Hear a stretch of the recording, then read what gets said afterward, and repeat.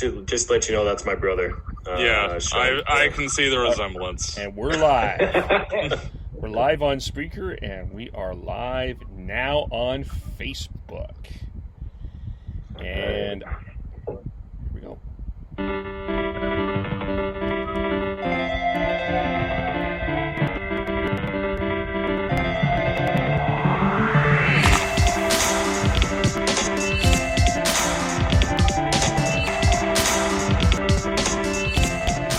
I forgot to get Heidi to do this, but Heidi, maybe we need you to do a Loooooch as we begin this.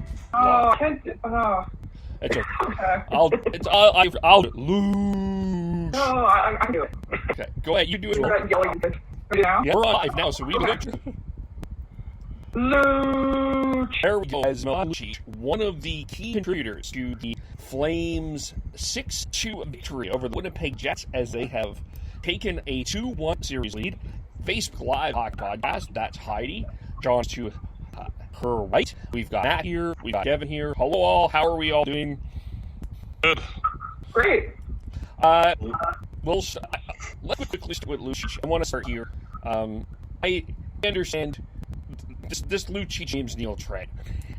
Look, I understand Lucic is not the fastest guy in the world, and he has taken a terrible penalties, like he did today. He took a terrible penalty that led to the second power play goal. But overall, he has been a factor in the series. Pardon my old pun, do you agree or disagree? Frankly, I think him and Angelini have been the two consistently good players for the last during this series. I don't agree. I think Lucic has been a major factor, and I feel like Ford been a big contributor on making him feel comfortable and make him feel relevant again. So I think it's a combination of the two. Yeah, I think Lucic provides that personality in the locker room. The guys all seem to like him. Provides a sense of, leadership and friendly leadership. It's because he got times loves the shot and trips over himself for whatever he does downfield, he still provides it, and you can tell he plays with such heart. He's the brother of black of the Flames. That's fair. You know, if you want to, this is I think the Flames did win the trade with James Neal. You can argue about the goals. Okay, Neal had more goals than Lucic, but he scored his first goal since the new year. James Neal did on Saturday. But Lucic had 8 goals for the Flames this season. James Neal had 7. So he replaced James Neal production with at least putting in a little bit more of an effort than James Neal did. I think more respect in the room. Am I outside saying that? The Flames. I don't think so. I think we're hanging on with that. It seems like he was very disinterested for the majority of the season, and that how could you not have the rub off in the dressing room? So like I said, he's a huge reluctantness. I was talking about James Neal before, and it's definitely that on Lucic or over Bill. Yeah, you need players that actually care on the team. And, James Neal, because he wasn't gifted first line spot due to Lindholm being clearly better, but he just pouted the entire season. And it was addition by subtraction. And the fact that Lucic has contributed anything in a positive direction is the bonus, frankly. And yet for him to be one of the better contributors to his whole season is great. And, if you keep that up, especially, if Flames move or facing a team that's smaller physically than the Jets, Lucic is impactful, get bigger on each game from them. Yeah, and I kind of echo what everybody else said. Neal was kind of just a bummer. In general, he's a bummer to fans. He's a bummer to the other guys on the team. And honestly, I don't miss him at all. I was excited for him to be in Calgary, but as soon as he started being a mighty bitch, then the best part of James Neal was the $4 jersey. Yeah, actually, I know my people are getting down to $35 now. Yeah. People are buying them and getting requested. Yeah. Oh, that's nice. So we'll start with Heidi because we haven't. We'll go Sean and then after. Kind of thoughts on your game thoughts and what you've seen from the series so far. What has impressed you? What is concerning you? I feel like I have seen a couple of analogies. I'm the one who said that the Jets look like they're made of glass. I have heard that they look like they're made of peanut brittle. I heard somebody make a joke about how the Jets were made of paper. A little bit of a paper airplane out there. But sorry, we're the Jets. I swear we're not. Game 2 was super disappointing yesterday, and I I knew the Flames at least played a little bit better this game, but they looked so much better. It would have been nice if they would have played this way yesterday. Maybe this year would already be over. It was nice to see that there was, I believe, all 6 tonight, other than the fact that you guys goal called back, the guys scored. That was nice. The only kind of line I didn't really do much anything with was that fourth line, but yeah, I'm okay with what's going on. If the Flames can carry this momentum into a game more than we should have it. That's the Sean. Heidi is an absolute force out there. That's the way I've for 3 games. He's been he's been all over the ice. Every time something happens, it's the Heidi is the one who is creating the issue, and I think it's fantastic to see for him and for the Flames in that aspect. Matt? Could you repeat my internet feed? Where are you at? How'd you look today? Today, Jankowski was actually rather aggressive. He threw a few hits and actually looked here. It might have been the same with season.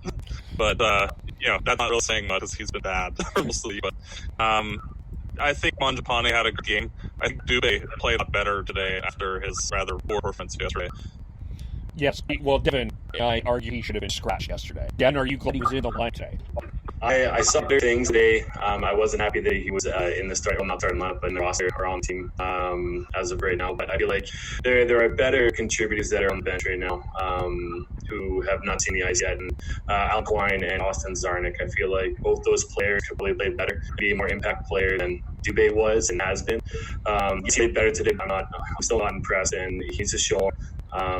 Moving on to Dubé, I feel like John Gaudreau, I feel like it's the same shit over and over again, and it doesn't seem like he cares. I'm first of all tired of talking about it, but I'm most of all tired of seeing the fact that he can't.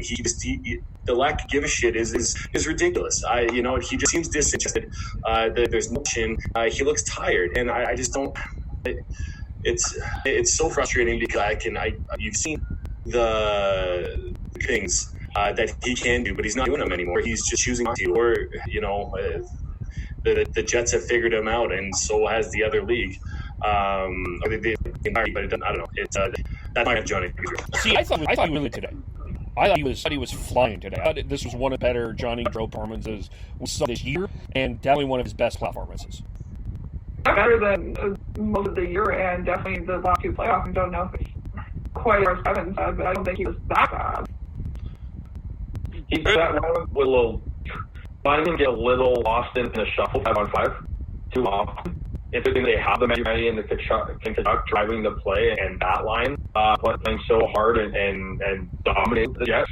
Because if they didn't, the series would be completely different, even with the Jets being decimated. Well, plus, Gaudreau's line, you need to have the other team's best defenders out against that line. It's due to the fact that they can create anything. Look at Holmes' goal yesterday, where there's one over back in the net, and other teams have to respect that. And even if Gaudreau's line isn't producing optimally, but if they're not doing their job in terms of generating offense, it's eating the top pair generally. So that way, it gives more space for Tkachuk and that line to use the secondary defense. And it's one of those things that ideally, like, Gaudreau is always going to be perimeter there, and it's sort of like King of Zealis to lead your team. Here's a blast of the past. It's not going to see a lot of physical effort in terms of board play from Gaudreau, and if the Flames can get him to get some chances off the rush, then he'll score. But if it's just like the normal cycling on 5, that line's going to struggle. There's the play in the first period when he's behind that, and he was like handling that puck for like 45 seconds. The Jets just wouldn't, like, it was literally like what did Chris Cuthbert say? Count the sheep, or count 1,000, 2,000 there. Like, yeah, there. To me, he was like, I don't know. I guess for what we expected in Gaudreau, Devin, to me, compared to where he's been, this is I was impressed. Can we get more? Probably, but this is a start. And seeing Sean Monahan, I thought this is probably Sean Monahan's best playoff game. That's not saying much. Either way, maybe that's in the right direction. Yeah. He has some luck out there, but still not enough. So, Going into let's maybe we'll move here to let's talk about the defense. Matt, we had a debate in our chat. I have the take, and I will stand by his take. I do think that the Jets defense, in comparison to the Flames defense, that everyone thought was a bit of a mismatch, is as big as a mismatch as people think. That being said, we had an argument about who was at Rasmus Andersson or Neil Pionk. Devin is on the side of Rasmus Andersson, and John is on the side of Neil Pionk. What say you? I gotta go with Ras. Pionk is a really good young defenseman. I like him a lot for the Jets, and I think he will be future first pairing defenseman. It's just he's not quite as polished defensively, and I don't think he has quite as physical of a game that Anderson does. I'll let Devin respond. Either. I'll let Sean go. The thing is, he's a 45-point defenseman here. That's one more point than Rasmus has his whole career. Like and nothing against Rasmus Anderson. I think, like we were saying, I brought this on the side that Giordano is the best defenseman in this series. I don't think anyone would disagree with that one. But I said that Josh Morris and Neil Pionk are the second and third best. You just look at the way Neil Pionk, when he's on, can play the game and can produce offensively, control the game. I think it's just I don't see that for Anderson. They're different players. But I have a hard time putting someone who hasn't put any more than 20 points up in the season. I have a player who's been able to put up a 45 point season and has been offensively. So like I said, I know he's with Anderson as a player. I just think that if you look at the stats and look at what Pionk brings, I don't think you can. I wouldn't have Rasmus Anderson ahead of Pionk. That's all. Yeah, and I understand where you're coming from, Sean, but it's okay to be wrong every once in a while, the difference. I feel like the difference is that he was he was on the first power play, playing with Ehlers, Kopp. Well, it would be Scheifele at this point, Wheeler and Connor, and those are very dynamic players. So I feel like that is a contributing factor of why he has more points than Rasmus Anderson. I remember last year Rasmus Anderson was on the second power play unit for a little bit, but they are different players.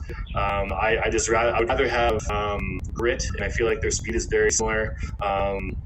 But yeah, I don't know. I just, as of right now, I would pick Rasmus Anderson over Pionk any day of the week. Well, to me, if you had a hypothetical trade of Ras for Pionk, I don't think either team adds anything. So it's close enough, I think, where you have a slightly more physical defensive defenseman who has offensive abilities and a more offensive than him. It depends on what the need is. Jets definitely need some offense from the blue line after losing basically empty.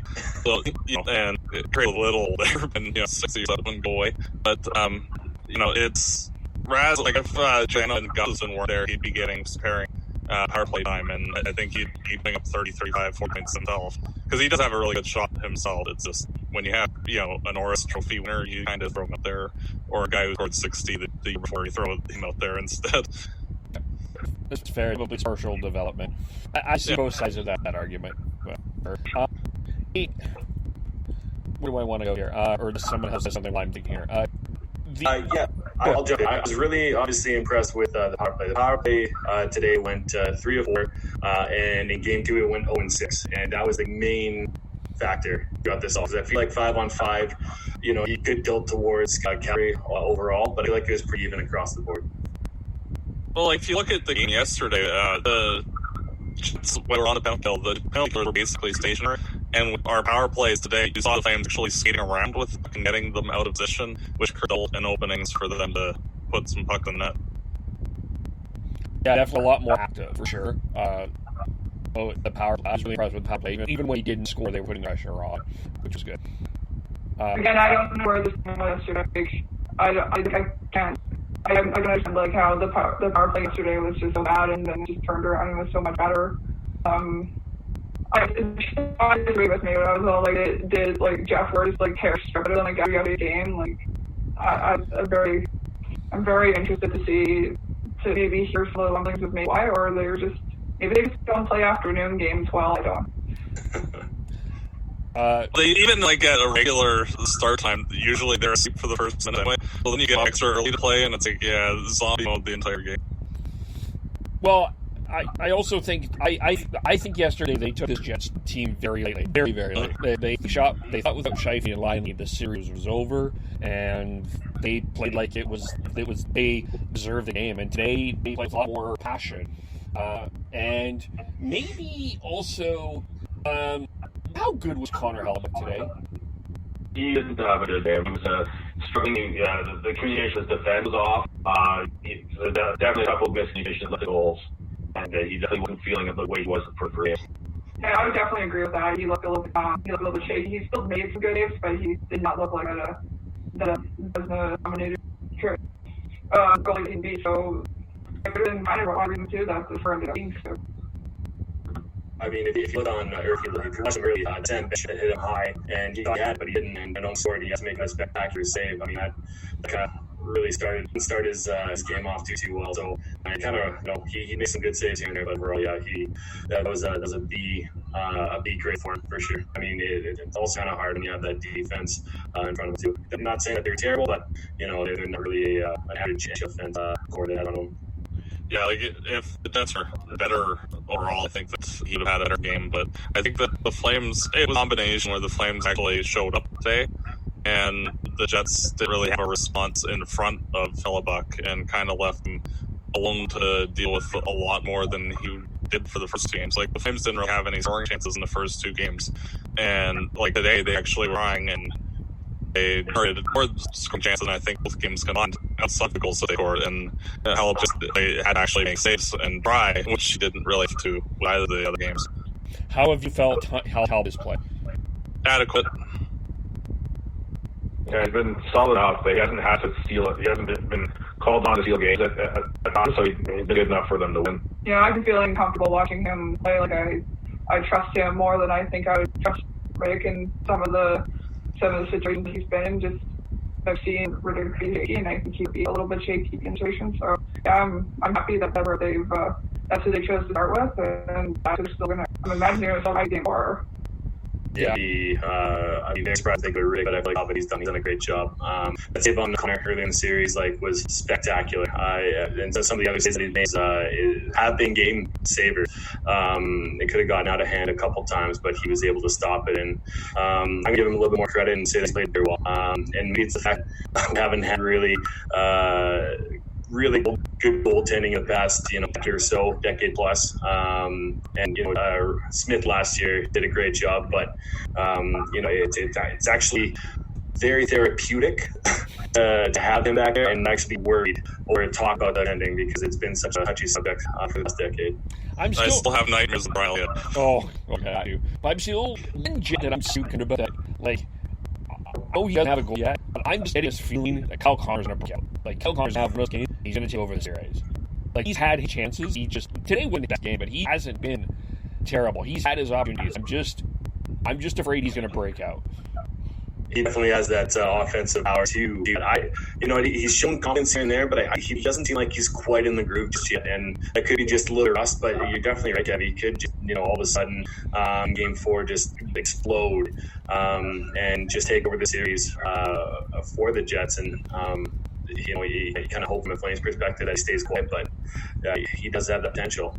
If he starts going, that's trouble, because I believe he's on the different line than Nick Ehlers even now. And Ehlers has been a force for that seat. He seems to be all over the puck when it's in the offensive zone. So if they can get Connor going, then that could be trouble. Yeah, I was wondering why that was a name that didn't seem to be mentioned much, and I wasn't seeing him do anything. So I was like, Connor was a good player, and I didn't notice much of anything, especially today. He was good. Matt, your thoughts? Oh, I think that Connor, he definitely has the potential to be more, but he was bad today. Like, there was about 8 Jet forwards that looked more noticeable than him in the game, and honestly, I didn't even know that he played. That's how you would think that he was one of the reserve guys. Yeah, it's just my word though. That's the guy I'm worried about. There's something is there any kind of underrated thing that you've seen in this series or in this game so far that hasn't been talked about enough? I feel like the play of Ehlers has been he's proven this series that he's a playoff performer, even though he's taken a couple questionable penalties. I feel like he's emerged as a playoff performer, and that's going to be massive with the Jets going forward. yeah, he's definitely impressed me. Just the guy who's really impressed is Adam Lowry. He's big. He's an absolute force of playing defense to handle, and I've been really impressed with how he's played, how he's been able to take of basically every. I was actually going to say Lowry, though. The big, he's big. What he's saying now, he's running, anybody I goes. Cop isn't a guy really over, because I've always seen him as more like third line filler like that, and for this first line actually it's a few times like the Jets has been used for them before. I'm shocked actually that he played as well as he has, because I kind of like after seeing for years he like been home in like Lance Boma-ish, like just this guy who might in every once in a while, but he's shown that he can elevate his game when he's needed. Yeah, can we just marvel of how great that goal was today on our play? That backhand top head, that was unbelievable. Oh my god! And yes, he should have had that, but that was a hell of a fucking play by him. Yeah, there's probably one like legit spot that you could have put that to make it so that Talbot make it as hard to Talbot as possible. He put it there, and it was just how quickly he got caught up on the backhand was just blowing. Yeah, tell that no on that. I think really think that him on the third line Lowry isn't really giving him justice. Well, they had him on the first line for a while, and then he's all throughout the lines. I think they had him on the line a little bit with Connor and Wheeler ball, so he's been rolled through. I mean, just in like the regular season, because that's where he's been. Well, I think what's quite interesting is seeing the depth that the Jets have. Even Jansen Harkins coming in couldn't make the team, was like AHL All-Star, like MVP type player, coming in and can be an effective player for them. It's from an outsider's perspective, it's fortunate that we are getting Marchesky and Patrick Lanny in this series as well, because them going in head to head with the Flames top players and the Jets depth would have been quite fun and interesting to watch. But once you have two of your top six forwards, it's really tough to stay in the game. I think Paul Maurice is just like, okay, if you're a forward, you just get out there. Get out there. I don't even care when you are. Don't get hurt, okay? Somehow, just don't get hurt. Matthew Perreault, Parker Bowman. Jack and he broke out of his face. Like, could look terrible. Yeah, like I've seen so much, or it was so many drafts because that looked so painful, and I can't imagine even trying to like move, like walk with something like that on face. Or my team's hockey. Yeah. Yes, let's go big body check now. Yes. When he got after, he was like having it off because it started to bleed again. There was this pool of blood just right at the bottom of his, or the top of his jersey, bottom of his neck. But speaking of bad injuries, I wonder if we'll see Forbert back, because he took a puck that would not be surprised if he had a broken nose. Oh yeah, it looked like the puck deflected right off of Talbot, right up onto the bridge of his nose. So as soon as you said Eric Ford, I eyed my face. Like it's just, I am pictured that. Was ow. Oh. Can't imagine. He's probably going to have a bubble on if he's playing, but if he's not, I would expect someone to jump in the net. Okay, so that leads me to one other topic here that I think I'm not going to get a lot of agreements on here. Maybe one person will. I do not like the Sam Bennett hit on Matthew Perreault. I think that there's a legitimate concern that he may not be able to play Game 4. Bieber did mention that in the second intermission. What did we think that hit? I'd be surprised if Bennett is in the game. I thought that was borderline at that, and it wasn't. It didn't look good from behind there. It was tough to see Perreault on ice like that. But I feel like that if not a fine, he'll get a game or two for doing that, because it was definitely boarding and checking behind at the same time. Yeah, with Perreault's knee extended like that, it's not a good luck for Sam on that one, unfortunately. But not much you can do. Do you think we see him before? I think he'll be fine. I don't think it'll be a suspension. I think he'll get some sort of supplemental discipline on that because it wasn't called on the ice. I've noticed a bit of a track record on that with AL. If it doesn't get called, then they actually end up penaltying it afterwards. I think it was a 2-minute minor, but I wouldn't be surprised he gets a fine out of this. It was just Burrow was not in a good spot for a while there, and I think Bennett had enough time to make a better play on that, but he's going to finish his check. So I could see it, but I won't be surprised if there is a Canadian. And I was saying in our chatter, like, I really feel like I don't understand what's a good hit and what's not anymore, because I see things like that in there. Everyone's like, it's boarding, it's a fine. And then I'm like, oh, that was terrible. They're like, no, it's you know. I don't know. I need to be paid about it. I feel like I'm going to be on it. Well, it's like the playoff hockey and what exactly it is, right? Well, it's their inconsistent refing. You know, I went with the boys for Canucks refing, and I was like, oh yeah, you know, you got to play. You got to play outside the rest. You know, if they call something, they call something. But I don't know. The past couple of games that I've seen of the Leafs, it's been pushed to get best. Sorry, Noble, but I don't agree with his assessment of it. He said in our chat that it's hard to you know, where the playoff quote unquote refing going to come in, and I don't know. I disagree with that. You got to set precedent across the league, and it's hard. It is hard to do that with as many games going on at once and having such a mix on it. But it's fucking bullshit. God damn it, I'm pissed. Tell us how you feel. It is tough. The refing has been like the tough part is, like, if you're a fan, but like even like the other game last night, there was that the penny on Riley Sheehan, I think it was. Like there was it's inconsistent, and that's the frustrating part. I think for everybody, it's not like a trip in the third period is not a trip in the third period. I'll give for the same buck in the third period. Like that's part of it. I'm curious what Matt.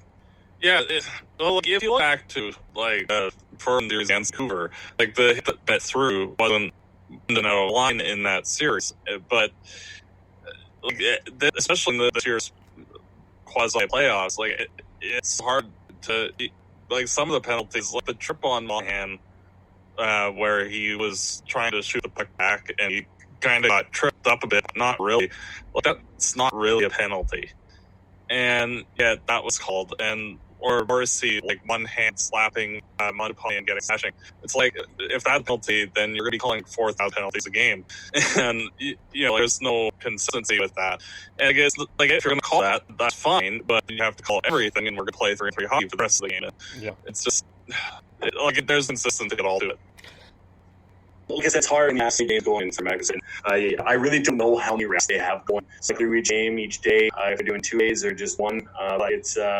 I don't know if they can set a precedent overall with it. And I think that's what's most frustrating about it is you have one game that has, you know, 6 out of 10 penalties, and then the other one has 0 or, you know, less than 5, and they're doing the same plays. So I understand it's hard as a referee. So Tyler Noble, understand, relax, but they need to be better because they are the best of the best. I think they're doing one game a day, but and they evaluate it as well. So there'll probably be a few eliminated when the next round comes. If you're interested, no, I didn't get that there. Got the one. I'll find that. So quickly, I get the first topic is who wins Game 4. If the line go up, they win. Just because now with Burrow, I think that we're getting into like cricket in terms of the depth on the roster now. I don't see a realistic chance for winning to win that game if Calgary shows up. The problem is, which iteration of the game actually go play? Like after the game yesterday, like, I was so angry because, like, what are you guys doing? Like, it's the same story that impressed you so much last year that, like, you should be learning your lesson. And granted, today they did, but is that going to continue? And that's the hard part, is seeing which you're getting. And if they play their game, they win. They don't, then it'll be off Game 5. Who knows from there? I have a feeling Winnipeg win the Game 4. One of the optimists that I as good as they played today, I feel like 75% of the time they come out and play their B game or C game, and that's what's frustrating the Flame. That's why I think I had my rant about Johnny Gaudreau, is that I know he can do better than he did today, and today is his best game that he's probably played in a while, but I feel like he can do a lot better. And here it goes hand again, and very clear, but best players have to be your best players, and if they don't want to play, then you're not going to win, period. And especially even with having Lyon shut out, and I'm feeling that Lyon could be back for this Game 4. I don't know about Scheifele, but I don't know. I feel like Winnipeg firing, and I feel like that's able to answer. Where did we lose Heidi? Sorry, I didn't realize you were coach, and I just sorry about that. Did we lose you at the refs? Sean and Heidi? Am I on again? Frozen. Okay. So, Kevin, who do you think is going to Game 4? I'm I'm going to go with Winnipeg because I'm a cynic. I'm with you guys. If they show up, then great. Then if they show up and then play the game they play tonight, but I haven't been confident all year that they've been able to do that. So I'm going to go in as a cynic and say it's going to be a 5 period. Okay, so we have, hopefully we'll get, and then we're having trouble with the video now, so that's great. There we go. A little into baseball, I love it. Yeah. Sorry, I'm a little bit technical. It's all good here.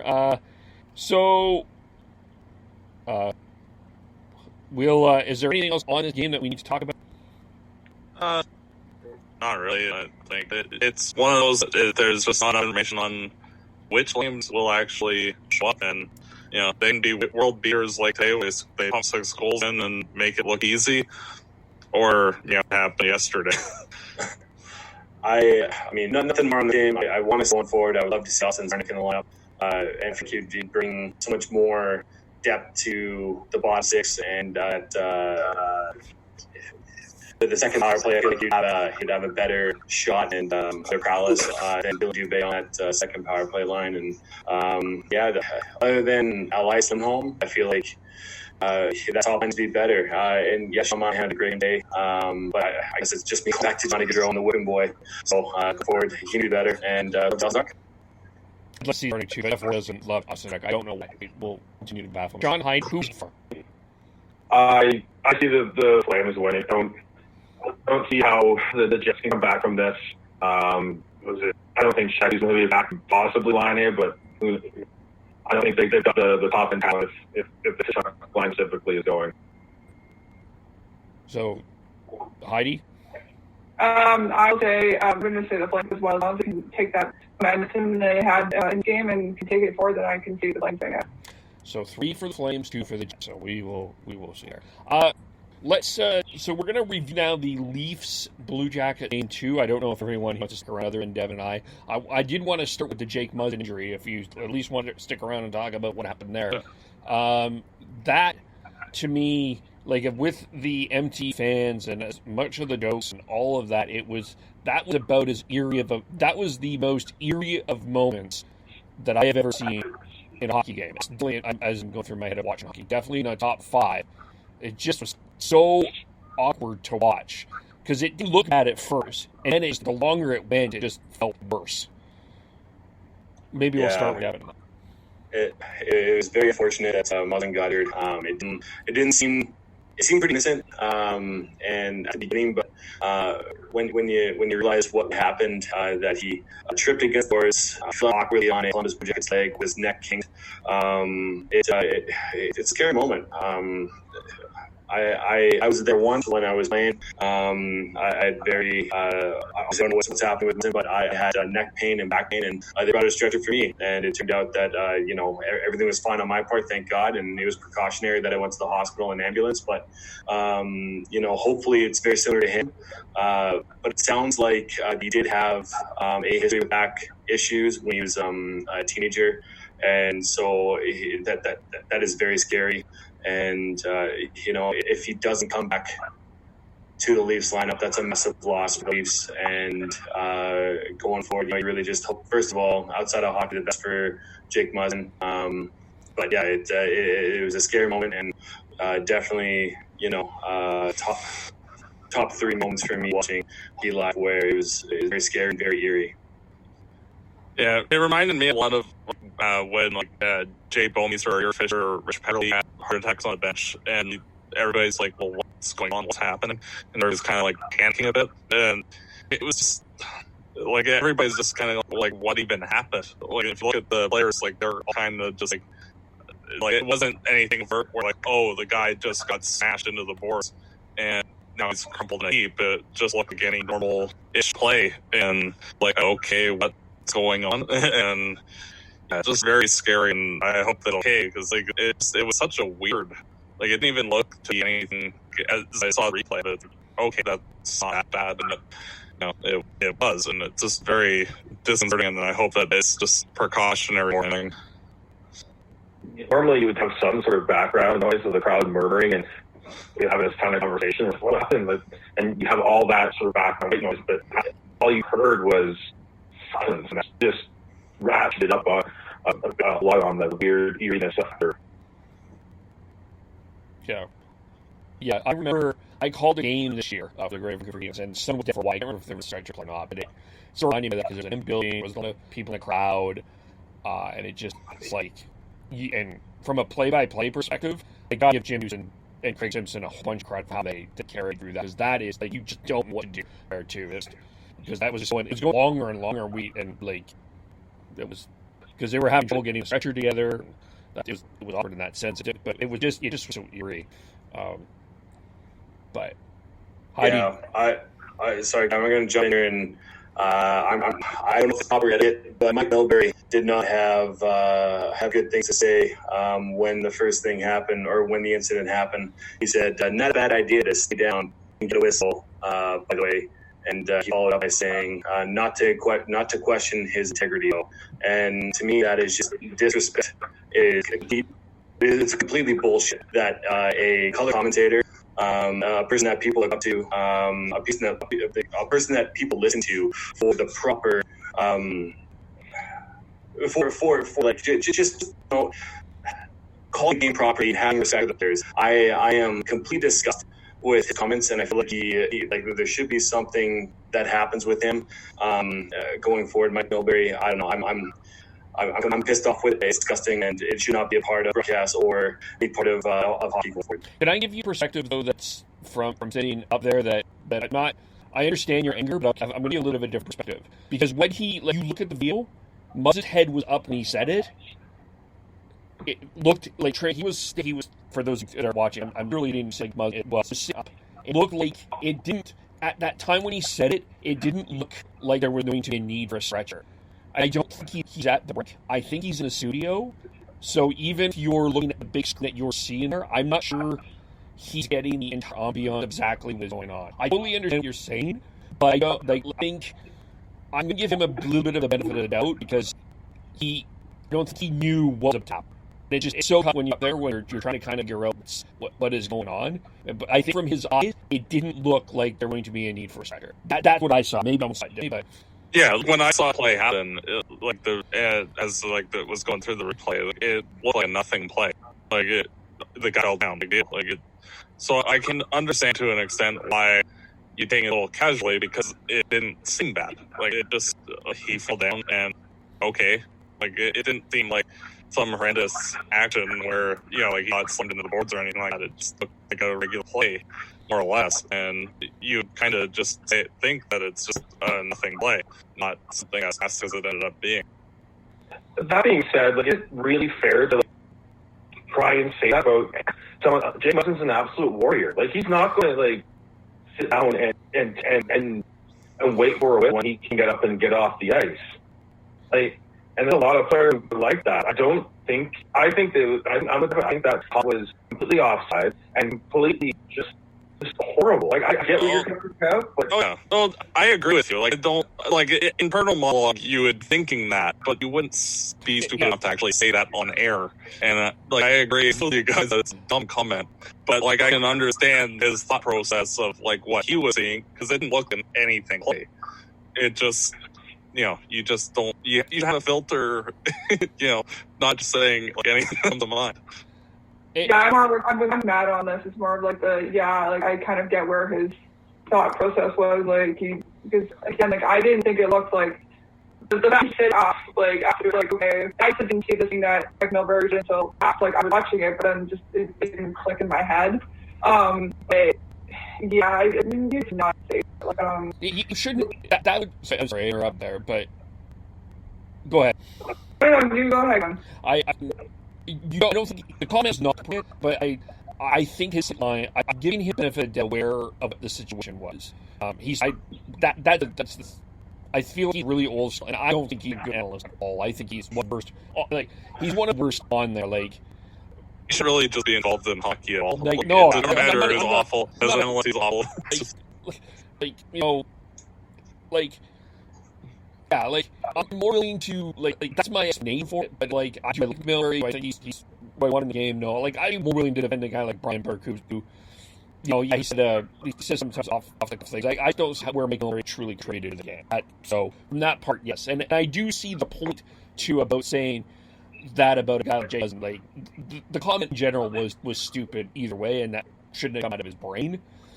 But you know what? I understand if he wasn't getting his case of bench, and it's like okay, I don't know if he should say it at all, but I can understand the thought process of saying it once he's up and skating again. But not at it best. Like, well, it's stupid. It's Mike Milbury. I don't know. Stupid. He died for a shoot someone. Like they gave Rick Pietra a 30-year contract. Your Islanders are still playing Rick Pietra. He's the guy who traded Luongo and Jokinen for Parrish and Gosha, and then traded Spezza and Chara for Yashin. So, yeah, the Islanders could have been an amazing team and probably would have won a couple of cups in the early 2000s had Mike Milbury just not done a damn thing. Yeah, pretty much. Okay, dude, we're going to get into the review of the Leafs game. Other than Devin, are you guys going to stick around for this? I imagine Sean is ready to go watch a hockey game that starts in 14 minutes. I have 4.5 run. Great. So. Okay, so follow everyone that's being. Matt Borg on Twitter and Fireside Podcast. We're going to be doing our stats recap from Justin, and then hopefully there's more. Let go left for here. Sean, go ahead. I am Kevin on Twitter. And I'm Heidi on Twitter. All right. For those watching the Canucks game, Sean and I and Isha and Romy will be repeating Canucks game tomorrow morning for Canucks breakfast. So keep an eye out for that. At 9 o'clock every time, 9 o'clock. All right. All right. Thanks all. We leave it in and I. Yeah. Okay. I apologize for bringing that up, but I have a passion for the correct things said and. Just the fact he said that really pissed me off. So I thought I it up, and it's into a 10-minute conversation. So no, that's fine. I'm glad you did because I totally understand where you're coming from on that. But I looked at it also from like if I was being in a play-by-play booth,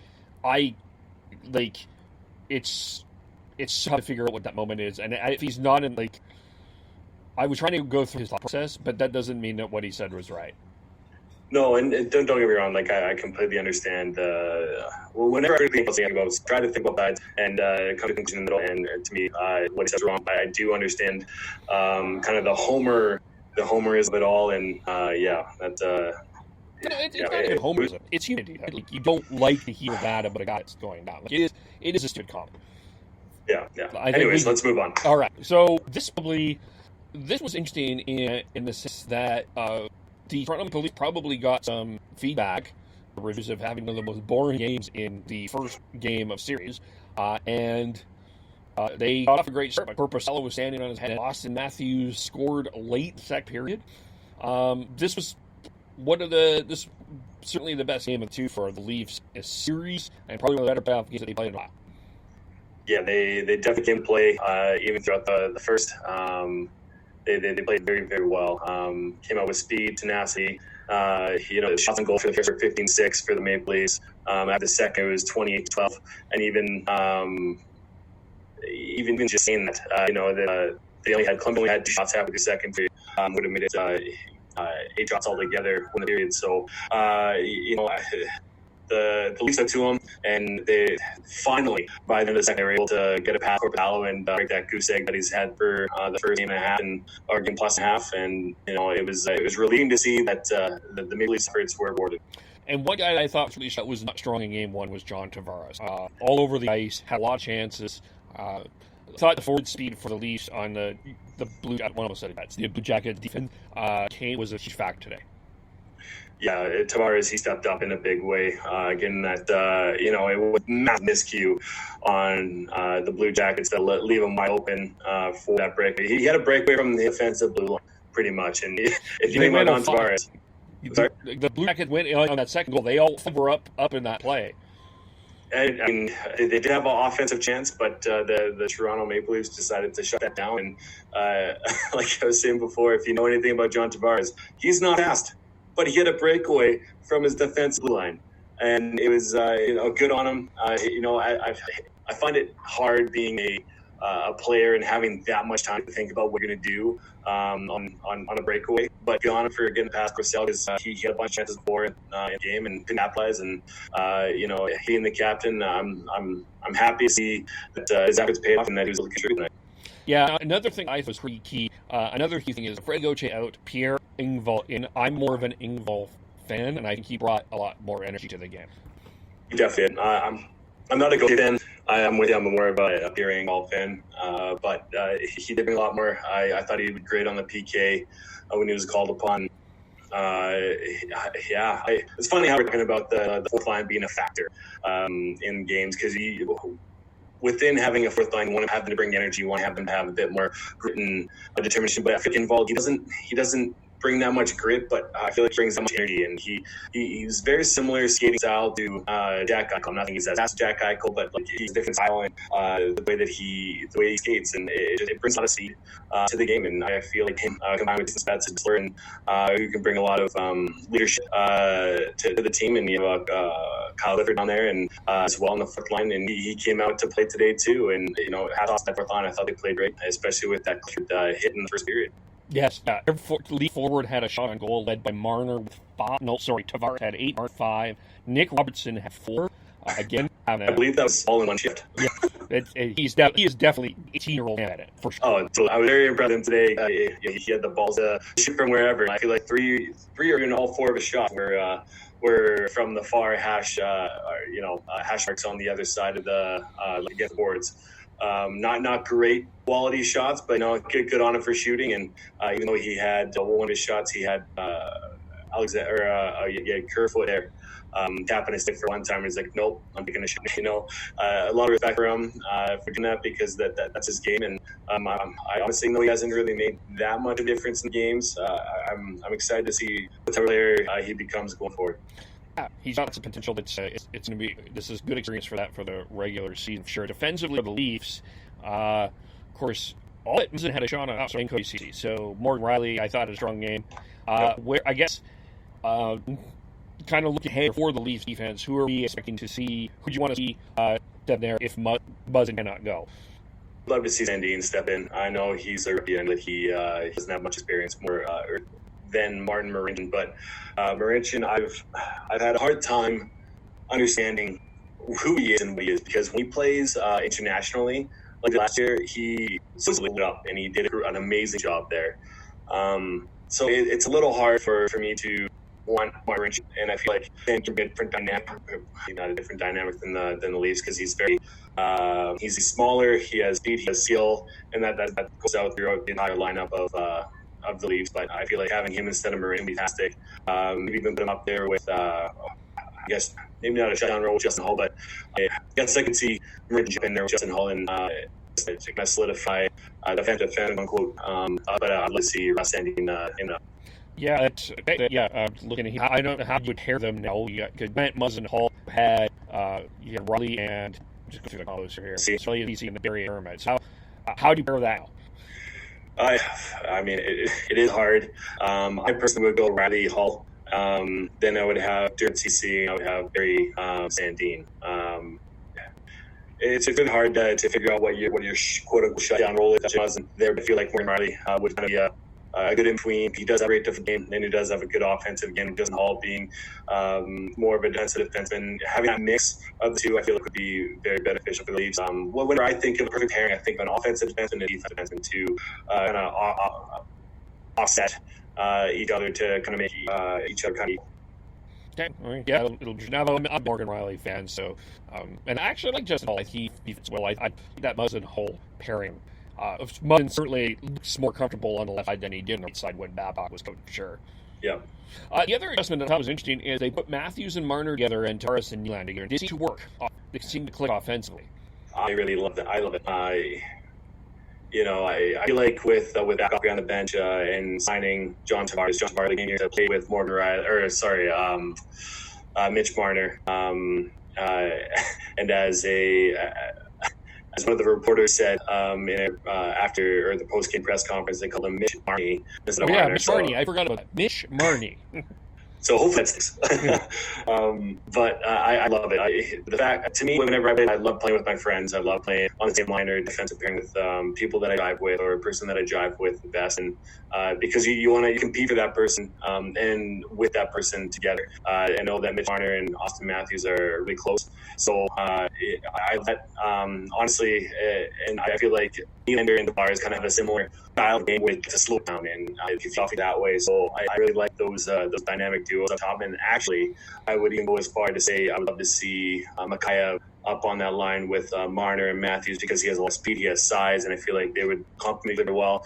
And having kind of a slower, more methodical line of Tars, Nylander, and Hyman. Hyman's not fast, but I feel like Mikheyev has a higher upside in playing with more kind of high-flying dynamic players like Marner and Matthews would be beneficial for the team and for development.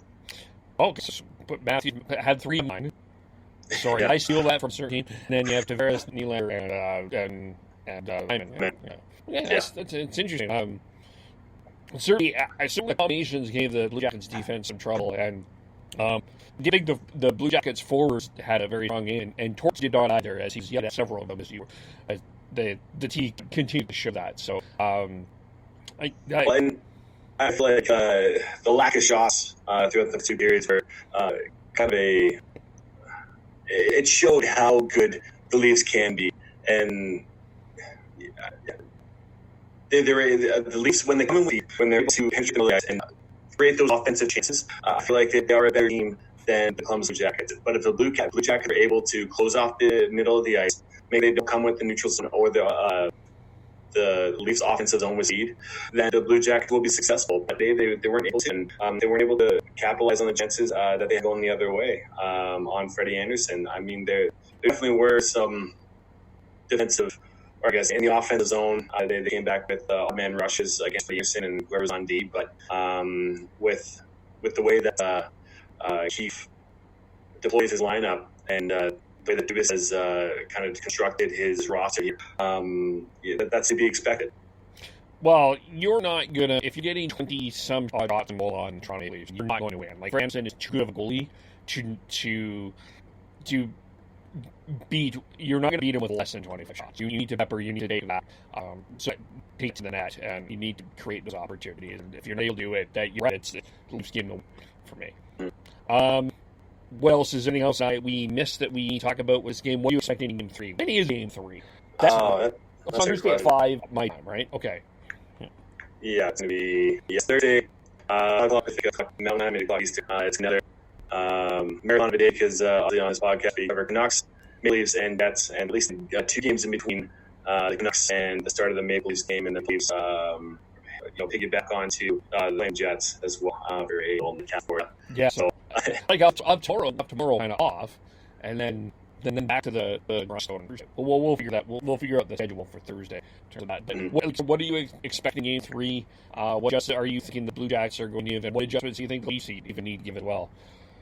It'd be interesting to see where Muslin's at that point. That'll be a pivotal issue or pivotal player to kind of watch and see what is happening there going forward, because that during Hall and Muzzin have been amazing for the Leafs, and even when Muzzin was out early this year, he was massively. So I think that's going to be a pivotal point. And once again, if the Columbus Blue Jackets decide to play defensively and are successful defensively, then it's a game. But if they're peppering Korpisalo like they did today, then Korpisalo and the Columbus Blue Jackets, I feel like, don't have a chance. And I feel like Matthews, from the past 2 games, from the first game to the second game, he has gotten better. And I feel like he will just keep on getting better throughout the playoffs or throughout this qualifying round, and potentially if they do all the go to the first round. But I just want to say one thing that stood out to me was Freddie Anderson. I thought it was amazing. He recorded the first Leafs season shutout since Ed Belfour, April 16, 2004 versus Ottawa, and I thought that was massive. Definitely a big confidence for him, and hopefully he can carry that confidence forward to finish off this round and on that round. Yeah, he's been stellar. I really think Austin Matthews has had his game face on both games. I know he didn't any points, but he got 6 shots on goal. And yes, Seth Jones was banking him all game 1, but I still thought Austin Matthews, to use your phrase, he gave a shit up. So, and that's a lot of what this playoff battle is certainly going to be about. Want to make sure we got everything. Did we miss anything? I know that it feels like this is a really short recap compared to what we went through at Flan. I think we're good. Just if you're listening to us live right now, the Hurricanes have won their qualifying series 3-0 against the New York Rangers. They won 4-1 today, and they're off to the first round of playoffs. And you know what? I'm not surprised with the coaching of Rob Brind'Amour. He's first class all the way, and his work, especially when you have the work ethic of Rob Brind'Amour and the high-end skill of Teravainen and Sebastian Aho and the amount of Svechnikov. It's gonna work out in your favor. So sit on him. So the Carolina Hurricanes win the first playoff series in NHL history in August. Yes, that's a historical part. And the irony of it all is that it's on the back of James Reimer. For us Leaf fans, we know what he's done for us in the past. So, I love Reimer. I'm happy for him that he got the chance to play today over Mrazek, and good on for getting a win. But it does sting a little bit. I want to bring up a controversial point, though you bring us up, because to me, it's not about Reimer. Actually, it's with this round robin. We have a lot of people have spent a lot of conversation talking about what this round robin actually means. Obviously, because all of the Canadian teams are in the qualifier, I think that's our focus is there. But the idea that you're reseeding the matchup, which I think it's fascinating. But aren't there?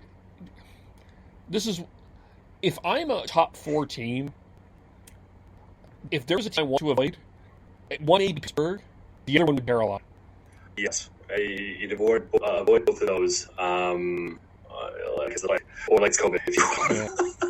Which means probably in that section, but because it's kind of interesting the way that this is working, because it's only been the round robins everyone's played once, right? So you kind of see who's winning which series or not if you're a round robin team. It's an interesting little scouting advantage. I don't think it's been caught yet. No, I feel like with the whole round robin, they're meaningful games to the players, but they're not so meaningful to the viewers if you're not a fan of those teams, and you don't know who you're going to play. And so I feel like with it being 4.5 months off, you want those games that mean something at the forefront, and then you kind of see who filters in after that. So my question to you, Kim, is if you are the number 1 seed in the East or you're the number 1 seed in the West, would you like that team to pick the team that they would play? Yes, I actually think that would have been a much better way to do it. It would have been a draft. It was my idea. Draft them. Oh, that's right. Yes, it was. Oh my God. You have the draft. You draft them. Yeah. Because with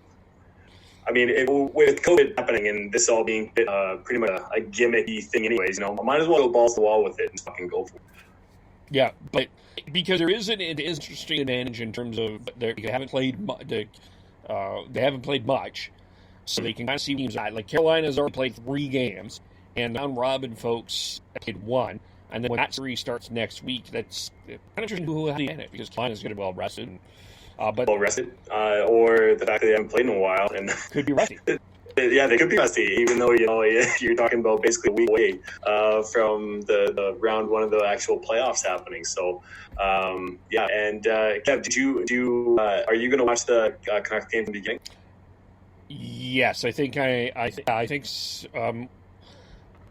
someone score? Yes, they did. Let's see. Okay. Let me just look here. Don't tell me. I will look at the scores. Based on the messages that we usually do in the chat, I'm going to assume that it's right off the top. And I'm wrong. Do you want me to tell you? It's Vancouver. Oh, good. So Vancouver got off to a great start with 1-0. So Vancouver is the lead as we are recording 1-0. With Tanner Pearson slipping in the top corner, it was a great shot I had on just behind my laptop, and I thought of that before I kind of ruined it for you. So I was a little nervous there, but okay, good. It's okay. All right, well, let's leave it there. We'll watch the Minnesota Vancouver game. I'm Greg Bennett, Sean, Isha from the Soda, and I will be recapping the Canucks game in the morning, and then we will figure out Thursday's schedule at some point tomorrow as we have the Leafs lane and the connection. And Devin, how do we follow you? I'm Gordhouse09 on Twitter. All right, and I am, of course, KEVULE, podcast on Twitter. Like the podcast if you're listening here. Subscribe on iTunes, Google, iHeartRadio, and Spotify. Thanks for watching on Facebook Live. Thanks, everyone, for listening, and we'll talk soon. Bye for now.